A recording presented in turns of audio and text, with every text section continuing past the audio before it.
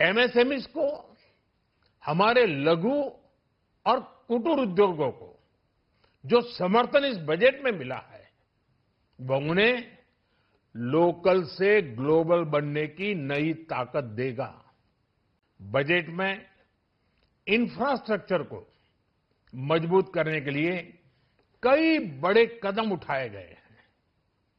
Dedicated freight corridor, देश भर में वाटरवेज का विस्तार, high speed rail corridor, tier 2 और टियर 3 शहरों के विकास पर विशेष ध्यान और शहरों को मजबूत आर्थिक आधार देने के लिए म्युनिसिपल बॉन्ड्स को बढ़ावा, ये सारे कदम विकसित भारत की यात्रा की गति को और तेज करेंगे।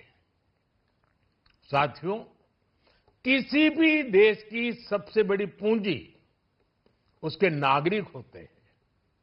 बीते वर्षों में हमारी सरकार ने देश के नागरिकों के सामर्थ्य को बढ़ाने पर अभूतपूर्व निवेश किया है।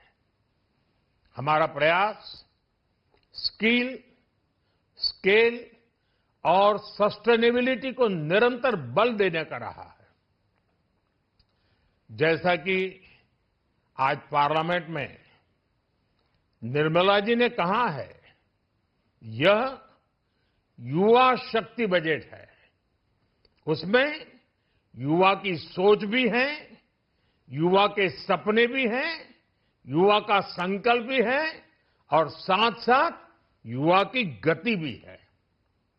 बजट में जो प्रावधान किए गए हैं, उससे अलग अलग सेक्टर्स में लीडर्स, इनोवेटर्स और क्रिएटर्स तैयार होंगे। मेडिकल हब्स के निर्माण से, एलाइड हेल्थ प्रोफेशनल्स के माध्यम से, ऑरेंज इकोनॉमी यानी ऑडियो विजुअल गेमिंग को बढ़ावा देकर, पर्यटन को प्रोत्साहन देकर और खेलो इंडिया मिशन के माध्यम से युवाओं के लिए नए अवसरों के द्वार खुलेंगे। भारत को दुनिया का डेटा सेंटर हब बनाने के लिए टैक्स में बड़ी छूट की घोषणा भी की गई है। मैं भारत के युवाओं को विशेष तौर पर इस बजट की बहुत बहुत बधाई देता हूं, क्योंकि इससे एम्प्लॉयमेंट जनरेशन को बड़ा बूस्ट मिलेगा। मुझे बहुत खुशी है कि इस बजट में टूरिज्म और विशेषकर नॉर्थ ईस्ट में टूरिज्म को बढ़ावा देने के लिए भी ठोस कदम उठाए गए हैं। भारत के अलग अलग राज्यों को ताकतवर बनाकर संतुलित विकास की नींव भी इस बजट में मजबूत की गई है।